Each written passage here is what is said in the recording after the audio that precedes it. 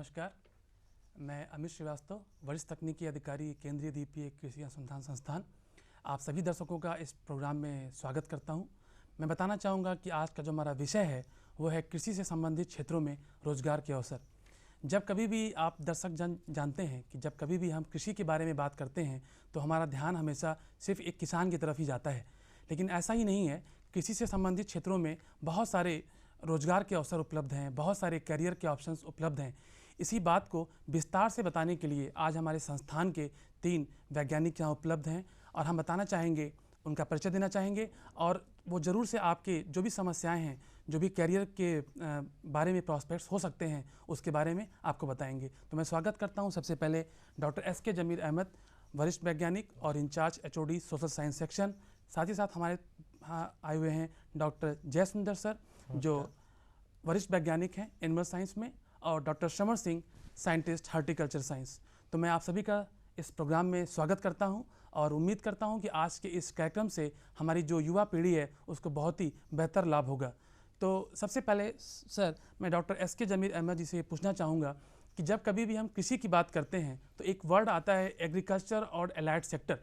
तो सर, मैं आपसे जानना चाहूँगा कि वो एग्रीकल्चर और एलाइड सेक्टर का ये पूरा मतलब क्या है? इसमें कौन कौन से क्षेत्र हैं जिसमें बच्चों को करियर के ऑप्शंस उपलब्ध हो सकते हैं? बहुत ही अच्छा सवाल आपने किया मिस्टर अमित। और इससे पहले कि मैं अपना जवाब दूं आप सभी को, मैं अपने सहयोगी डॉक्टर जयसुंदर और डॉक्टर श्रवण सिंह का भी इस कार्यक्रम में स्वागत करता हूं। उन्होंने भी अपना कीमती वक्त निकाल के आज यहाँ पर आए हैं, क्योंकि कैरियर और एग्रीकल्चर बहुत ही अहम चीज़ है। और जैसे कि आपने कहा कि ये एग्रीकल्चर में और क्या चीज़ छुपा हुआ है, जैसे कि आपको पता है कि एग्रीकल्चर हमारा जो देश है, भारत देश है, ये तो कृषि प्रधान है और कृषि हमारा मेन कार्य है। बिल्कुल। फिर भी हम ये देखते हैं कि कृषि की तरफ में जो झुकाव है वो बहुत कम है। हम देखेंगे कि 58%, अराउंड 60% के करीब आसपास लोग जो कृषि करते हैं, और जो कृषि से जुड़े हुए हैं उनके बच्चे, वो कृषि छोड़ के दूसरे कुछ कैरियर में चले जाते हैं। जैसे कि आप देखेंगे उसमें आर्ट्स में, उसके बाद में कॉमर्स में, साइंस के कुछ स्ट्रीम में। लेकिन एग्रीकल्चर में आप देखेंगे तो 15 से 18% या एट द मोस्ट 20% तक लोग अपने बच्चों को इस पर जाते हैं। और जहाँ तक हम लोग समझते हैं कि या तो उनको बस इसकी जानकारी नहीं है, अवेयरनेस नहीं है कि इसमें और क्या क्या अपॉर्चुनिटीज़ है। जैसे कि आप यहाँ एग्रीकल्चर का बात करेंगे तो एग्रीकल्चर में एनिमल हस्बेंड्री है, फिशरीज़ है, हमारे एक्सपर्ट्स हम आपके सामने बैठे हुए हैं। उसके बाद से आपका एलाइड साइंस आप देखेंगे तो उसमें एग्रीकल्चर इंजीनियरिंग भी है, और आपका बायो इन्फॉर्मेटिक्स है, बायोटेक्नोलॉजी है। बहुत वाइड फील्ड है, इतना वाइड फील्ड है कि अगर, और ये क्या है कि हमारे पेरेंट्स को और इवन स्टूडेंट्स को भी इसकी जानकारी नहीं है, क्योंकि इसके ये सब कोर्स करने के बाद में बच्चे बहुत अच्छी अच्छी जगह पर, सिर्फ गवर्नमेंट सेक्टर में नहीं है, इवन NGOs में और प्राइवेट सेक्टर्स में अच्छे अच्छे पोजीशन में बैठे हुए हैं। ओके, धन्यवाद सर। और साथ ही साथ में आज सर ने बताया कि एग्रीकल्चर और एलाइड सेक्टर बहुत बृहद क्षेत्र है और इसमें बहुत सारी ब्रांचेज हैं। तो मैं बताना चाहूँगा कि जैसे हमारे बीच डॉक्टर जयसुंदर मौजूद हैं, जो वरिष्ठ वैज्ञानिक हैं और वेटनरी साइंस इनका स्पेशलाइजेशन है। तो सर, मैं आपसे जानना चाहूँगा कि वेटनरी साइंस की वो कौन कौन सी ब्रांचेज हैं? सर, होता क्या है कि जो बच्चा क्लास 12th पास करता है तो क्लास 12th पास करने के बाद उसके पास बहुत सारे करियर विकल्प होते हैं, लेकिन ऐसा देखा गया है कि एग्रीकल्चर के जो बच्चे होते हैं वो बहुत कम लोग ऐसे होते हैं जो एग्रीकल्चर फील्ड में नहीं जा पाते। लेकिन जब एक वक्त आता है जब उनको इस बात का अफसोस भी होता है कि काश उन्होंने पहले से एग्रीकल्चर की फील्ड चुनी होती। तो सर, मैं आपसे जानना चाहूँगा कि क्लास 12th करने के बाद वेटनरी साइंस में वो कौन कौन सी ब्रांचेज हैं जिसमें अगर बच्चा कोर्स करे तो उसको आगे जाके बेहतर करियर का विकल्प मिले? सर, धन्यवाद श्री अमित जी। जैसे मेरे सहयोगी डॉक्टर जमीर अहमद ने आप लोगों को बताया, एग्रीकल्चर और जो अलाइड फील्ड है ये बहुत ही एक वाइड एरिया है। काफ़ी इसका प्रोस्पेक्टस है, काफ़ी इसका स्कोप है, काफ़ी संभावना है। अगर हम करियर की बात देखें और रोज़गार के बात देखें, दोनों में इसमें अपार संभावनाएं हैं। पहले मैं आता हूं, जैसे डॉक्टर जमीर ने भी इसका जिक्र किया था, हमारे देश में लगभग साल में करीब 3.5 लाख जो बच्चे हैं वो कॉलेज के स्तर में जाते हैं 12th पास के बाद। लेकिन जब हम एग्रीकल्चर में एडमिशन हम देखते हैं, इसमें इसकी संख्या काफ़ी कम है, लगभग 0.6% के करीब है, जो कि बहुत ही मामूली है, बहुत ही कम है। और वहीं आप तुलना करेंगे जो वेटनरी कैरियर में जो बच्चे जाते हैं उसकी संख्या तो बहुत ही कम है, लगभग 0.15%। तो ये मैं कहना चाहूँगा कि हालांकि हमारा जो देश है कृषि प्रधान देश है, कृषि से हमारा देश जुड़ा हुआ है, कई सालों से जुड़ा हुआ है और आगे भी जुड़ा रहेगा, लेकिन जो संख्या इसमें कृषि के ओर जो जा रही है, जो हमारा जो युवा वर्ग है क्लास 12 के बाद जो लोग कैरियर को चुनते हैं एग्रीकल्चर और जो अलाइड फील्ड, इसकी संख्या दिन बर दिन कम होती जा रही है। इसका जैसे जिक्र डॉक्टर ज़मीर ने कहा था कि इसके अवेयरनेस यानी कि जागरूकता की कमी भी हो सकती है, इसीलिए आज हम यहाँ पे मौजूद हैं आप लोगों को इसके बारे में जानकारी देने के लिए। जैसे आपने मुझे एक सवाल पूछा था कि वेटनरी प्रोफेशन को कैसे जो बच्चे हैं अपना एक करियर चुने, इसके लिए मैं सभी बच्चों को बताना चाहूँगा और जो पेरेंट्स हैं खासकर उन सभी लोगों को मैं बताना चाहूँगा कि जो बच्चे अभी 12th में हैं और जो 12th की परीक्षा अभी देने वाले हैं, उन लोगों को मैं बताना चाहूँगा कि जैसे मेडिकल का एंट्रेंस होता है उसी तरह वेटनरी का भी एक एंट्रेंस एग्जामिनेशन होता है, ऑल इंडिया के स्तर पर होता है। All India veterinary entrance examination हम कहते हैं, टेस्ट कहते हैं, जो कंडक्ट करती है veterinary council of India. Veterinary council of India एक अपेक्स बॉडी है। ये क्या करती है कि हर एक क्षेत्र में, हर एक राज्य में, हर एक केंद्र शासित राज्य में ये परीक्षा जो है कंडक्ट कराती है। यहाँ में भी हमारा जो Andaman Nicobar union territory veterinary council है, जो वेटनरी काउंसिल है एनिमल हस्बेंड्री डिपार्टमेंट, वो इस परीक्षा को कराती है और इसके जो एग्जामिनेशन के जो एंट्रेंस के जो फॉर्म है ये भी अभी कुछ दिनों में उपलब्ध हो जाएंगे और इसकी जो परीक्षा जो होती है, जो एंट्रेंस एग्जामिनेशन होती है, ये मई के महीने में होती है। तो कोई भी स्टूडेंट इसको आराम से ऑनलाइन भी आप देख सकते हैं। मैं ऑनलाइन बताना चाहूँगा, आप नोट कर सकते हैं www.vci.nic.in। मैं एक बार फिर से दोहराता हूँ, www.vci यानी कि वेटनरी काउंसिल ऑफ इंडिया.nic.in। इस साइट पे जाके आपको वेटनरी का जो एंट्रेंस का जो टेस्ट होता है इसके बारे में आपको पूर्ण जानकारी आपको मिल सकती है। आपको कहाँ से इसका फॉर्म लेना होता है, इसकी एग्जामिनेशन कब होगी, कहाँ पे होगी। जैसे मैंने बताया है कि हमारे इन द्वीप समूह के लिए हमारा जो डिपार्टमेंट ऑफ एनिमल हस्बेंड्री है, वहाँ से आप इसके फॉर्म ले सकते हैं। आप फॉर्म को ऑनलाइन भी भर सकते हैं। इसके लिए आपको शुल्क जो है 1600 रुपये का जो है एग्जामिनेशन फ़ीस आपको देना पड़ेगा और इसके बाद आप फॉर्म लेकर इसको ऑनलाइन भी आप इसको दे सकते हैं। एडमिट कार्ड भी आप ऑनलाइन प्राप्त कर सकते हैं और एग्ज़ाम दे सकते हैं। एग्ज़ाम होने के बाद क्या होता है कि हमारे देश में लगभग 40 कॉलेज हैं, वेटनरी कॉलेज, और लगभग 8 यूनिवर्सिटी हैं, वेटनरी यूनिवर्सिटी। पहले वेटनरी यूनिवर्सिटी, एग्रीकल्चर यूनिवर्सिटी एक साथ होती थी, आजकल वेटनरी भी अलग एक यूनिवर्सिटी अपना बना चुकी है। लगभग अभी पूरे भारतवर्ष में लगभग 8 यूनिवर्सिटी है और करीब करीब 40 वेटनरी कॉलेजेस हैं। तो वेटनरी काउंसिल ऑफ इंडिया क्या करती है, सभी वेटनरी कॉलेजेस में जो 15% जो सीट होती है इस एंट्रेंस एग्जामिनेशन के द्वारा वहाँ पे बच्चों को मौका देते हैं। बच्चों को जो इसमें रैंक आता है उस रैंक के आधार पर उनका काउंसलिंग होता है और उनको वहाँ पे एडमिशन दिया जाता है। तो जैसे मैंने बताया कि इसमें आप बच्चे एग्जामिनेशन देने के बाद में जब रैंक आएगा उनका काउंसलिंग होगा और काउंसलिंग के आधार पर वो अपना कॉलेजेस जो है वो चुन सकते हैं। तो धन्यवाद सर। तो सर क्या कैरी में भी जाकर के भी क्या इसके फॉर्म प्राप्त किए जा सकते हैं या सिर्फ जो है डिपार्टमेंट जाना पड़ेगा? नहीं, वेटनरी टेस्ट के लिए जो प्री मेडिकल टेस्ट होता है इसके फॉर्म जो है वेटनरी काउंसिल ऑफ इंडिया जो कंडक्ट कराती है, जैसे मैंने बताया, और हमारे इन द्वीप समूह के लिए डिपार्टमेंट ऑफ एनिमल हस्बेंड्री जो पशुपालन विभाग है वो इस एग्ज़ाम को कंडक्ट कराती है और फॉर्म भी आपको वहीं से प्राप्त होगी। और जैसे आपने बताया कि कैरी जो हमारा संस्थान है, जैसे हमारा भारतीय कृषि अनुसंधान परिषद के अंतर्गत आता है, ये भी एक एंट्रेंस एग्जामिनेशन कंडक्ट कराती है, जिसे हम all India entrance examination for agriculture कहते हैं। जो बच्चे एग्रीकल्चर में इंटरेस्ट हैं उसमें आगे अपना कैरियर चुनना चाहते हैं, इसके लिए भी हमारा भारतीय कृषि अनुसंधान परिषद जो है अंडर ग्रेजुएट लेवल यानी कि ग्रेजुएशन लेवल और पोस्ट ग्रेजुएशन लेवल के एग्ज़ाम कंडक्ट कराती है। इसकी फॉर्म जो है हमारे संस्थान से प्राप्त कर सकते हैं जी। और साथ ही साथ हमारा संस्थान इसका सेंटर भी है। हाँ, हमारे संस्थान में भी आप एग्ज़ाम भी दे सकते हैं। हाँ, ये सेंटर भी है ताकि यहाँ के बच्चे अपना एग्ज़ाम पोर्ट ब्लेयर में ही दे सके। पोर्ट ब्लेयर में हमारे कैरी जो संस्थान है जी। उसी में आके तो अपना एग्जाम सर ये जो एग्ज़ाम होता है वो ऑफलाइन होता है कि ऑनलाइन होता है? कैरी में जो एग्ज़ाम होता है ये क्या? नहीं, ऑफलाइन नहीं होता, ये ऑनलाइन नहीं होता है। अच्छा, इनको ये एक्चुअली मेन जो होता है ये मेडिकल, ये वेटनरी का जो टेस्ट होता है, वो देना होता इसमें है सर। बच्चों को मिनिमम जो ये होता है कि क्वालिफिकेशन जी, 50% वो मिनिमम फॉर्म भर 12th के में एग्ज़ाम देना होना होता है। चाहिए। जी sir. Physics, chemistry and biology, biology, ये जो 3 सब्जेक्ट है, जी, जी, इन्हीं 3 सब्जेक्ट में से क्वेश्चन आता है। और जो क्वेश्चन होता है, क्वेश्चन पेपर लगभग 200 मार्क्स का होता है, जिसमें बायोलॉजी 80 मार्क्स का होता है और फिजिक्स और केमिस्ट्री 60-60 मार्क्स की होती है। Okay sir. तो सर ने काफ़ी जानकारी दी अभी आपको वेटनरी साइंस के बारे में, और हमारे बीच डॉक्टर श्रवण सिंह सर भी आए हुए हैं, मौजूद हैं।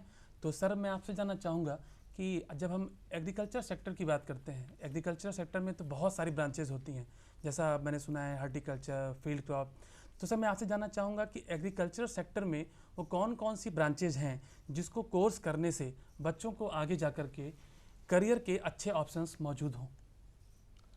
आपका प्रश्न बहुत ही वाजिब है। कृषि के अंदर जब हम पढ़ाई करते हैं 12th के बाद जब एडमिशन लेते हैं तो कई अलग अलग प्रकार के कोर्सेज मिलते हैं अंडर ग्रेजुएशन में। उसमें बीएससी एग्रीकल्चर कर सकते हैं बच्चे, बीएससी हॉर्टिकल्चर कर सकते हैं, एग्रो फॉरेस्ट्री कर सकते हैं, बीएससी आज के दिन बायोटेक्नोलॉजी भी होता है, आप मैनेजमेंट में भी जाते हैं बच्चे। तो ऐसे कई प्रकार के ऑप्शंस हैं, ये बड़े स्तर में हैं। यदि उसी के अंदर में जाते हैं आफ्टर जब बीएससी के बाद में, तो हम थोड़ा और सब्जेक्ट्स को चुनते हैं। उसमें प्लांट पैथोलॉजी है, प्लांट प्रोटेक्शन के अंदर में दूसरा एंटोमोलॉजी है, जो फसलों के अंदर जो कीड़े लगते हैं या बीमारियां लगती हैं उनके लिए सब्जेक्ट्स होते हैं।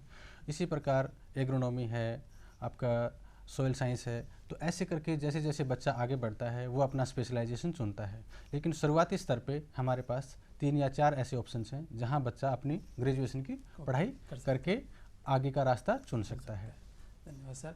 और मैं डॉक्टर एस के जमील अहमद जी से जानना चाहूँगा सर, जब हम कभी फिशरीज़ की बात करते हैं, तो जब हम फिशरीज़ की बात करते हैं तो हमेशा हमारे जहन में आता है कि कोई मछली पकड़ने जा रहा है, लेकिन ऐसा नहीं है। फिशरीज़ का भी बहुत सारा कोर्स है जिसको करने से बच्चा वैज्ञानिक भी बन सकता है, टेक्नीशियन भी बन सकता है, प्रोफेसर भी बन सकता है। तो सर मैं आपसे जानना चाहूँगा कि फिशरीज़ में ऐसा क्या कोर्सेज़ हैं करने से जिसको बच्चा आगे जा कर के फिशरीज़ सेक्टर में अच्छा कर सके? जैसे कि हम अमित जी, जैसे कि हमारे सहयोगी डॉक्टर श्रवण सिंह और डॉक्टर जसविंदर ने बताया है, जी सर। मैं थोड़ा सा आगे बढ़ाने के लिए फिशरी सेक्टर में जैसे आपने पूछा है, वो सेम स्कोप जैसे कि एग्रीकल्चर में है, फिशरीज में भी जैसे डॉक्टर श्रवण ने बताया था कि अगर वो बीएससी एजी के बाद में आगे बढ़ना चाहता है, या तो उसमें भी अभी फील्ड हो गया है, एक्वाकल्चर हो गया है, मैरीकल्चर हो गया है, बहुत सारे आपके हेल्थ के ऊपर हो गया है, डिजीज़ के ऊपर हो गया है, और रिसोर्स मैनेजमेंट के ऊपर में हो गया, फिश रिसोर्स मैनेजमेंट के ऊपर में। और अच्छे यूनिवर्सिटीज़ है, जैसे कि मुंबई में यूनिवर्सिटीज़ है, आपका CIFE है, आपका काफ़ी डीम यूनिवर्सिटीज़ है जो इस कोर्स को ऑफ़र करते हैं, और बहुत ही अच्छा स्कोप फिशरीज सेक्टर में भी है। मैं आना चाहता हूँ एग्रीकल्चर की तरफ में। जी। अगर एग्रीकल्चर, जैसे कि डॉक्टर श्रवण ने कहा था कि कुछ सेक्टर का बताया था इन्होंने, बायोटेक्नोलॉजी है, बायो इन्फॉर्मेटिक्स है, इवन आपका एग्रो मेट्रोलॉजी है, इकोनॉमिक्स एंड मार्केटिंग। क्योंकि जैसे जैसा कि स्तर बढ़ते जा रहा है उसी वजह से नए नए कोर्स आते जा रहे हैं, और बच्चों के लिए एग्रीकल्चर और अलाइड फील्ड, यानी कि एग्रीकल्चर, हस्बेंड्री, फिशरीज हुआ, हॉर्टिकल्चर हुआ, वो आपको और भी डिटेल बताएंगे कि हॉर्टिकल्चर में भी ओलरिकल्चर हो गया, पोमोलॉजी हो गया, फ्लोरिकल्चर हो गया, लैंडस्केप हो गया। कि बच्चे को इस स्कोप के बारे में इतनी अवेयरनेस नहीं है, और बच्चे से ज़्यादा इवन पेरेंट्स को भी नहीं है। पेरेंट्स चाहते हैं कि हमारे बच्चे अगर पढ़े तो सिर्फ ऐसा चीज़ पढ़े जिस पर वो जल्द से अपने ये कैरियर एम्प्लॉयमेंट आ जाए। लेकिन ये जो एम्प्लॉयमेंट है, ये जो कैरियर है, ये थोड़ा सस्टेनेबल है। ये एक बार करने के बाद ये बहुत लॉन्ग रन तक सस्टेन करता है, और आपको हर जगह पर, एक तो पहला बात कृषि प्रधान देश का एक बहुत बड़ा सिंपलाइज करता है, एक दूसरा चीज़ है, और दूसरा है कि हम अपने देश में हैं और हम अपने ही चीज़ को इतना ज़्यादा इंपॉर्टेंस नहीं देके दूर जा रहे हैं, तो अपने आप को सिंपलाइज भी करते हैं हम लोग, और साथ ही साथ एक वाइट कॉलर जॉब की तरह आप इसको कर सकते हैं, क्योंकि आपके पास बहुत एवेन्यूज़ है, रिसर्च भी है, आपके पास टीचिंग भी है, आपके पास मार्केटिंग भी है, आपके पास मैनेजमेंट पोजीशन भी है। क्योंकि बहुत से लोग हैं जो बीएससी एजी, बीएससी हॉर्टिकल्चर, BVSC करके, इवन MSc करके वो टॉप ऑफिशियल्स है, IAS है, IFS है, IPS है, दानिक है, सारे कैटेगरी में है। क्योंकि ये आपको एक एक बिल्डिंग प्लेटफॉर्म भी हो सकते हैं, आप बोलेंगे स्प्रिंग फोर्ड भी है, तो इसमें काफ़ी आयाम है, अवेयरनेस की कमी है।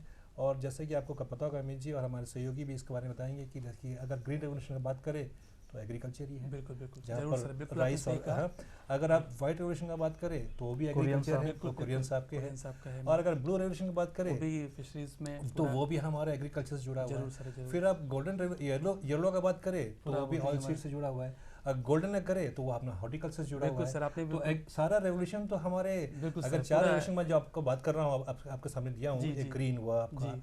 आपका ब्लू हुआ, ब्लू Blue हुआ, हो गया, आपका White येलो revolution हो है, गया, White वाइट हो revolution। गया, आपका गोल्डन रेवोल्यूशन हो गया। तो सब तो एग्रीकल्चर में है। तो Definitely सारे सर। डायमंड जो है वो एग्रीकल्चर में है। सारा जरूर सर। रेवोल्यूशन एग्रीकल्चर से पेट का सवाल होता है। जी सर, और आदमी को एक वाइट, और नेचुरली जो बिल्कुल। ग्रीन रेवोल्यूशन जो रेवोल्यूशन लाता है वो उसका तो स्तर कभी भी ऊंचा होता है। बिल्कुल, तो मैं तो अपनी तरफ से ये बोलता हूँ पेरेंट्स को भी, बच्चों को भी, कि सही, ऐसा नहीं कि बाकी सब आयाम अच्छा नहीं है, सभी अच्छा है, लेकिन इसमें भी बुराई नहीं है। इसको भी एक चैलेंज की तरह ले, और चैलेंज की तरह एक ऐसा रोल मॉडल बन के दिखाए कि अगला पेरेंट्स या अगला बच्चा चाहे कि हम भी उसी तरह बना। जरूर बने। धन्यवाद सर। नहीं, तो बहुत सर सही ने बात जी किया सर, था जी डॉक्टर सर। ये जबीर ने, जैसे बताया कि एक जो सस्टेनेबल वाली जो बात बिल्कुल, है, बिल्कुल। सस्टेनेबल जो है ये प्रोफेशन में अगर आप देखेंगे एग्रीकल्चर एंड अलाइड, एग्रीकल्चर हो गया, वेटनरी साइंस हो गया, फॉरेस्ट्री हो गया, हॉर्टिकल्चर हो गया, इसमें सस्टेनेबल वाली जो बातें हैं काफ़ी इसमें हद तक इसमें काफ़ी सही है। इसमें सच्चाई है। जी, जी। क्योंकि जैसे 2-3 चीज़ों का इन्होंने जिक्र किया था, जो रिवॉल्यूशन, जो क्रांति बिल्कुल, हमारे बिल्कुल। देश ने देखी थी आज़ादी के बाद में, जो हरित क्रांति जिसे हम बिल्कुल ग्रीन रिवॉल्यूशन के नाम से कहते हैं, जैसे हमें अनाज हमें बाहर के देश से हमें लाना पड़ता था, अब जो है इतना हमारे पास पर्याप्त अनाज का भंडार है बिल्कुल ताकि सर। अगले कम से कम 20 या 30 वर्षों तक हम आराम से अपनी जो आराम से। आबादी है उसको आराम से हम खिला सकते खिला हैं। सकें। इसी के साथ जो हमारा आज हमें बहुत ही गर्व के साथ हमें सब भारतवासियों को मैं बताना चाहूँगा कि आज हमारा देश जो है आज नंबर 1 है दूध के उत्पादन में। हमारा जी। जो उत्पादन है दूध का नंबर बिल्कुल 1 है।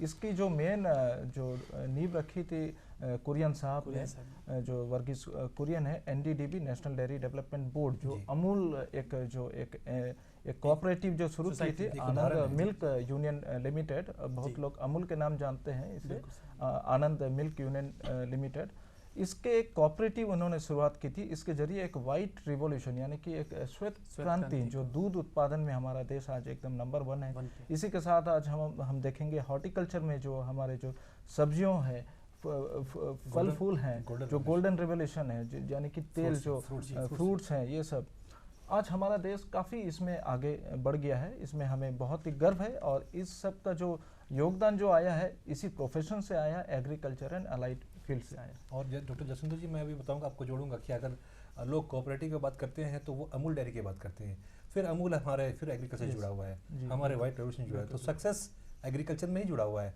सिर्फ उसको ठीक से टैप करना है और समझना। और मैं चाहूँगा डॉक्टर जसविंदर कि आप, जैसा कि हमारा संस्थान एक पीजी कोर्स के बारे में, पीजी कोर्स करने के लिए, इम्प्लांट ट्रेनिंग करने के लिए भी काफ़ी अपॉर्चुनिटीज़ देती है, तो आप तो पीजी सेल के कोऑर्डिनेटर भी है, बिल्कुल, बिल्कुल। तो मैं चाहूँगा कि थोड़ा इसके बारे में भी हमारे जितने भी दर्शक सुनने वाले हैं, आप श्रोता बताएं। हैं Yes, उनको बताएं, जरूर, ताकि हाँ। उनको भी एक जानकारी मिले, क्योंकि बच्चे आते हैं बहुत दूर से और वो चाहते हैं कि यहाँ पर एक इम्प्लांट ट्रेनिंग करें, क्योंकि एक रिसर्च इंस्टीट्यूट यहाँ पर है। तो किस किस फील्ड में आप ये अपॉर्चुनिटी देते हैं बच्चों को, ताकि पेरेंट्स या यूनिवर्सिटीज़ जी। यहाँ पर कांटेक्ट कर सके और अपने बच्चों को यहाँ से एक इम्प्लांट ट्रेनिंग करके वापस भेज सके आप? आपने बहुत ही एक सही चीज़ का जिक्र किया है। जैसे डॉक्टर ज़मीर ने बताया कि हमारे संस्थान में एक पीजी सेल है, यानी कि पोस्ट ग्रेजुएट सेल।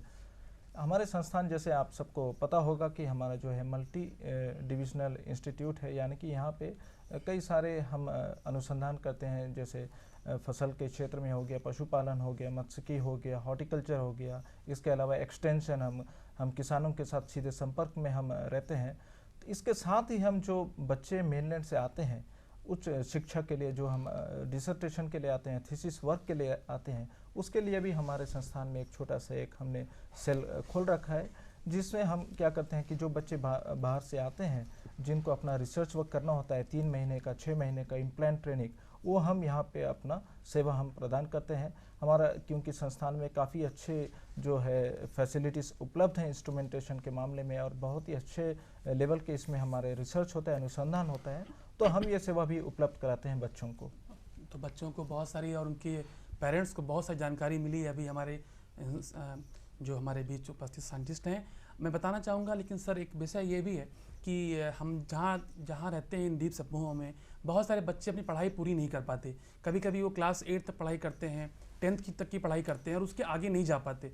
लेकिन ऐसा नहीं है कि वो पढ़ाई समाप्त हो गई है, क्योंकि भारत सरकार अभी लगातार न्यूज़ में है कि भारत सरकार स्किल डेवलपमेंट के बारे में बहुत सी चीज़ों को प्रमोट कर रही है और स्किल डेवलपमेंट के बारे में वो सोच रही है, ताकि बच्चे को जो बच्चे 8th पास हैं, जो बच्चे 10th पास हैं, वो स्किल डेवलपमेंट के माध्यम से उन्हें अच्छे रोज़गार मिल सकें।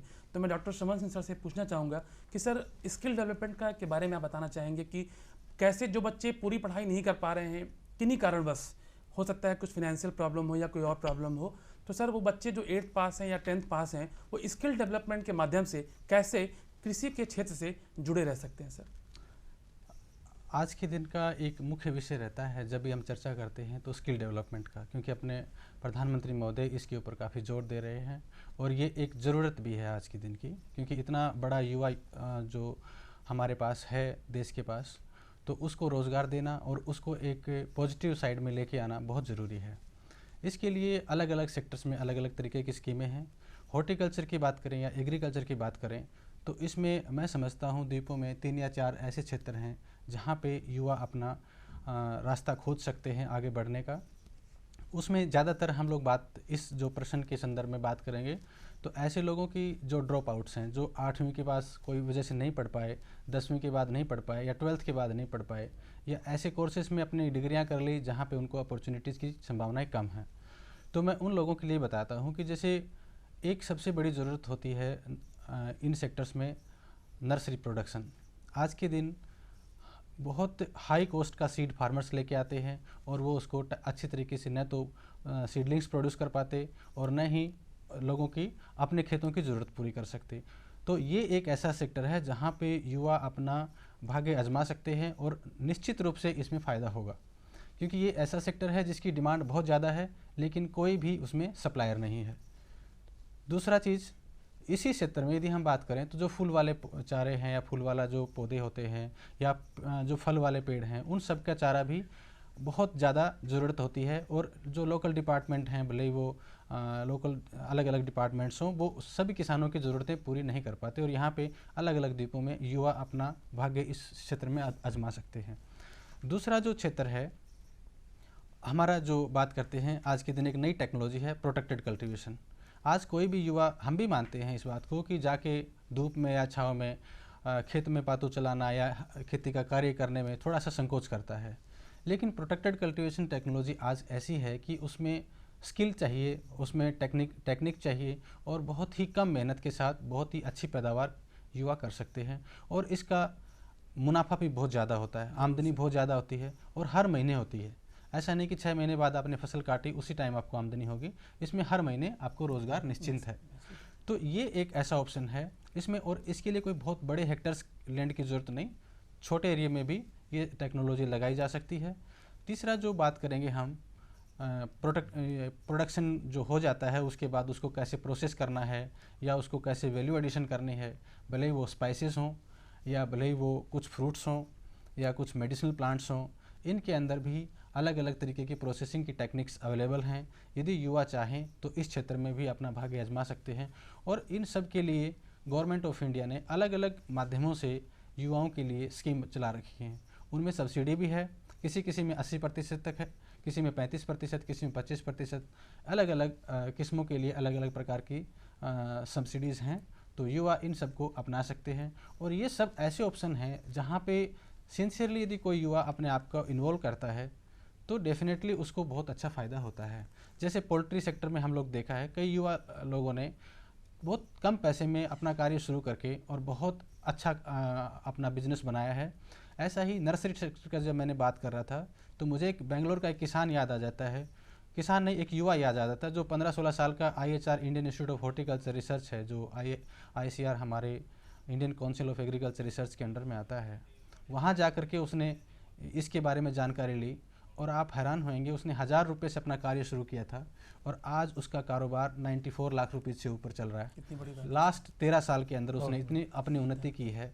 तो ये एक उदाहरण मैंने आपकी दिया है, ऐसे कई उदाहरण हर क्षेत्र में मिलेंगे आपको, लेकिन सभी में सिंसियरिटी और लगन की ज़रूरत है। यदि आप दे सकते हैं तो ज़रूर आप फ़ायदा उठाएंगे। जो चौथा मेरा ऑप्शन है वो ऑप्शन है हमारा जो एक मार्केट को सपोर्ट करने का। आज के दिन किसान अच्छा पैदा कर देता है, कंज्यूमर अच्छा खाना चाहता है, लेकिन जो बीच का जो ट्रांसपोर्टेशन सिस्टम, उसको प्रोसेस करना, पैकेज करना कैसे है, इसके बारे में कोई आइडिया नहीं है। तो यहाँ पर भी युवा अपना किसी डिप्लोमा के थ्रू या किसी ट्रेनिंग के थ्रू अपना आपको उसमें सीख करके एक अच्छा अपने आप को एक करियर बना सकता है। तो इसी के कंटिन्यूशन में जो एक मेरा प्रश्न था वो थोड़ा और मैं उसको थोड़ा डिटेल में बताऊंगा। मैं कहना चाहता हूं कि कृषि के अंदर में यदि कोई युवा ग्रेजुएशन तक पढ़ाई करता है और वहाँ पर जा कर के वो अलग अलग प्रकार के बैंकिंग सेक्टर में जा सकता है, एनजीओज में जा सकता है।